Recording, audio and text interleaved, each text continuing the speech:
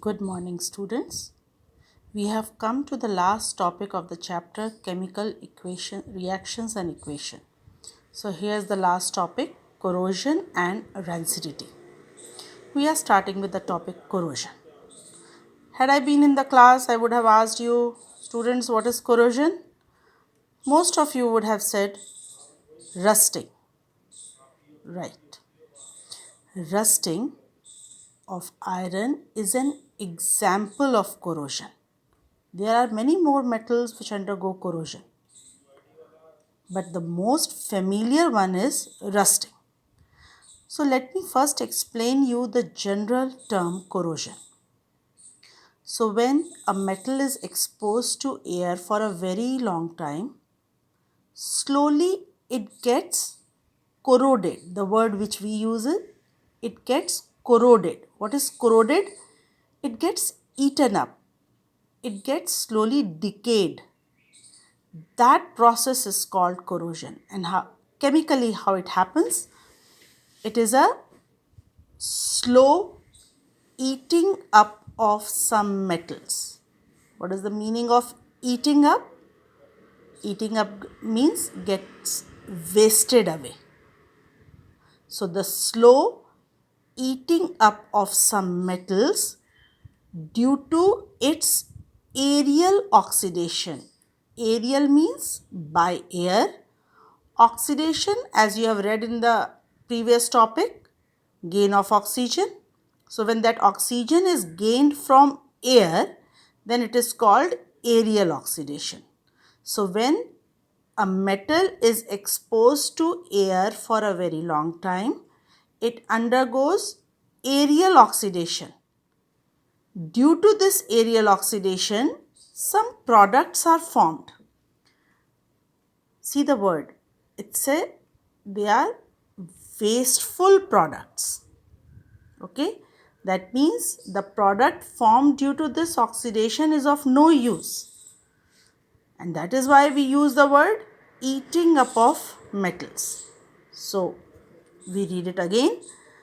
The slow eating up of the metals due to its aerial oxidation to give wasteful products, and due to this wasteful product the surface of the metal gets dull.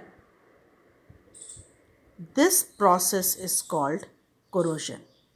I repeat, the slow eating up. Why slow? Rusting does not take place overnight, right? So it is a slow eating up of metals due to its aerial oxidation. It is not it's there. Do the correction. Due to their aerial oxidation to give wasteful products and dull appearance on its surface. This process is called corrosion. And we say that metal has got corroded. Let us discuss certain examples. The most common known to you is rusting of iron. So what happens that when iron is exposed to moist air, it undergoes corrosion to form rust. So for word rusting, it has to be specifically for iron in the presence of moist air, and the product formed is called rust. So what happens? Iron gets oxidized, so it needs oxygen. In the presence of moisture, that is water, we have written X. X means this number for balancing is not fixed. It can be any number of water molecules. And you get Fe2O3 dot XH2O. So Fe2O3, all of you know it is iron oxide. This 3 is the Roman letter which we use for the valency iron. So this is iron 3 oxide. Hydrated means there is a water of crystallization. This word you will read in next chapters. So without this is not rust. This is simple iron oxide and it is useful and everything. But only when you write iron oxide which is hydrated, This is brown in color and this is called rust. So what is rust?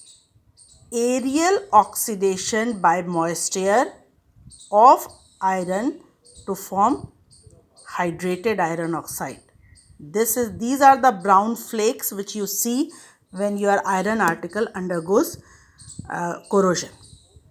Next, we are discussing corrosion of copper. This is a very common observation.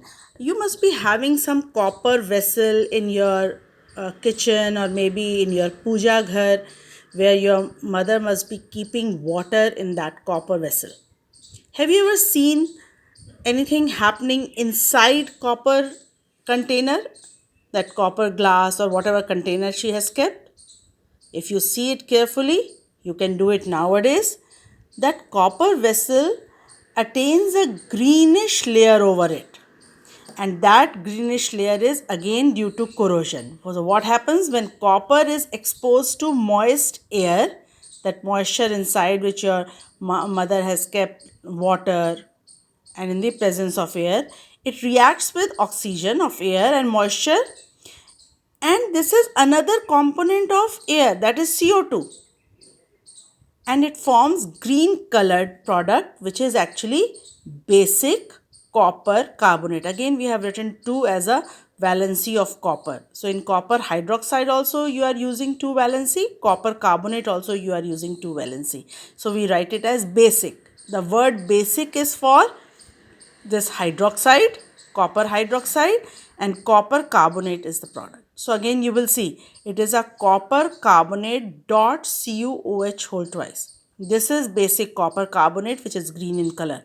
So when copper is exposed to moist air, so all the 3 are the components of air. Water, maybe an extra one which you have kept it in the container. So copper on exposure to moist air forms a green layer of basic copper carbonate. This basic copper carbonate is again a wasteful product. So this is a corrosion of copper. Another very interesting corrosion you all must have seen, and slowly it has become a fashion also, and that is corrosion of silver.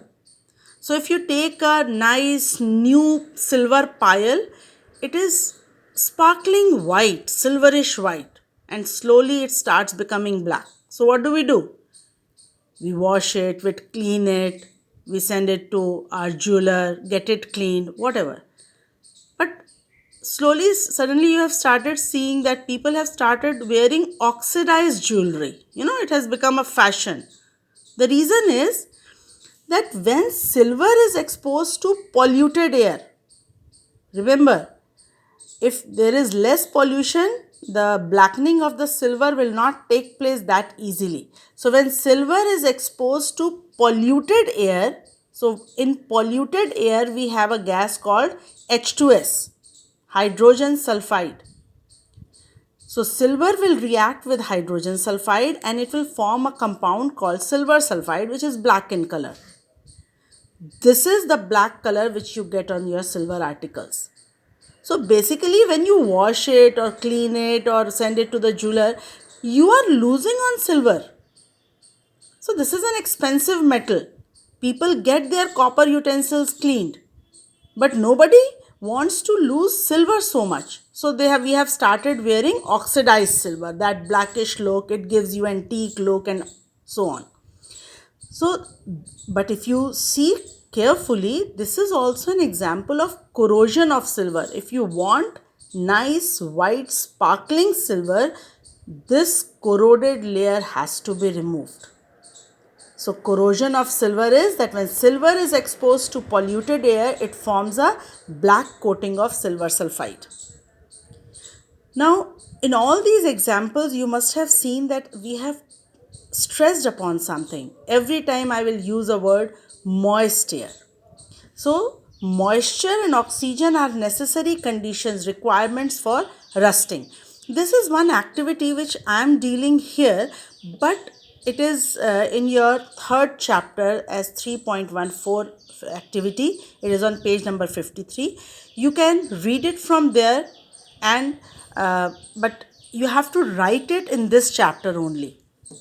I'll only explain you this activity and I'll show you how you should report it, that you can read by yourself from the video itself, but I'll only explain. So what do we do? We take 3 test tubes. In one test tube, we take this iron nail, have water in it, and allow some half portion of the test tube is having air. So you are having air and water. This is water, right? So you can mark it as water. Then in another test tube, you take iron nails, you put water, but this water is a boiled distilled water. So when you are boiling water, you are making the air which is trapped in the water escape. So when you boil, air gets boiled off. Put that boiling water and cover the water with a layer of oil. So when you put layer, this oil does not allow air to enter the water. So this is second. In third case, you have taken an empty test tube. So when I say empty, obviously it is having air. Just put the nail in it. Now this air will have moisture. So we put a chemical called anhydrous calcium chloride. Calcium chloride has a property of absorbing moisture. So when you put this anhydrous calcium chloride here, it will absorb the moisture from the air and now this air becomes dry. So look at the 3 carefully. It has got water, air. This has got water, but no air is allowed to come. The air which was there in the water, you have boiled it off and no fresh air is allowed to come. Here you have air, but there is no moisture. Whatever moisture was there, you have removed it by having calcium chloride. In these 3 test tubes, what do you think? What will happen in different test tubes? A, will there be any rusting or not? B, will there any rusting or not? And C. So A has both air and water, so it will undergo rusting. B has only water, no air, so B will not show any rusting. And C has air but no water, so it will not show any rusting. So this activity shows that both moisture and air are necessary for corrosion to take place. And how do we show this activity? This is how you should write activity. So activity is written, you have to write down requirement on your own. Experiment means, as I have explained, take test tube A, add nails, add water and put the cork over it. In B, so listen to the video again and write down experiment on your own, that what are you doing for A, B and C.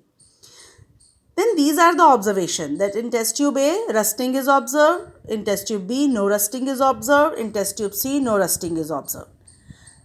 So what do you infer? You infer that A has both water and air, so rusting takes place. In test tube B, layer of oil is not allowing the air to come inside water, and so no rusting takes place. And in test tube C, there is only air, there is absence of moisture, and so no rusting takes place. So you have to write down activity in this way. And then you have to report the result, that in above experiment, it is shown that both moisture and air are necessary for rusting. After that, you will write down equation, the equation which you have already written in the first page. Okay. Now comes prevention of corrosion. Corrosion leads to so many problems like wastage of iron articles. There is a financial loss also. So we should know how the corrosion can be prevented. The basic principle of prevention is that you can just simply cut off the contact of moist air, because moist air is the prerequisite for corrosion. And what are the different ways of prevention? Painting, oil, grease, what actually you are doing? You are simply putting up a layer between iron and the moisture. Electroplating, this is one process which you will study in metal non-metals. Electroplating, plating means putting up a layer, electro means with the help of electricity. So with the help of electricity we put up layer of another metal so that you can cut off the contact with iron.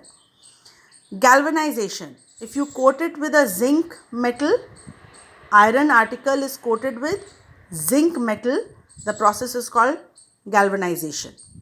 And another process is alloying. What are alloys? They are homogeneous mixture of metals and non-metals, and that also we will study later in the third chapter. So these are the simple methods by which you can prevent the corrosion by cutting off the contact between iron and air. Sorry. Last topic is rancidity. Now, rancidity is if you must have seen that if you try to eat some staled namkeen or chips, it has a very, very bad taste. That taste is because of the phenomena called rancidity. So again, rancidity is again due to aerial oxidation. Okay. Now here it is, corrosion was the aerial oxidation of metals. This is aerial oxidation of fats and oils which are present in the food, and due to which you get a unpleasant smell and taste. This process is called rancidity, and the food item is said to be rancid. So at times you say, no, this is old chips, don't eat it. It gives you a stale taste and smell. Again, how can we prevent it? Basic principle remains same. Don't let it be in contact of air. So how can we prevent that? You put it in an airtight container, or you put it in the refrigerator, because that also lowers the temperature, and at low temperature aerial oxidation of oil and food does not take place. Another is, have you seen your chips packet? It has got so much, we say it has got so much air or gas in it. That gas is actually nitrogen.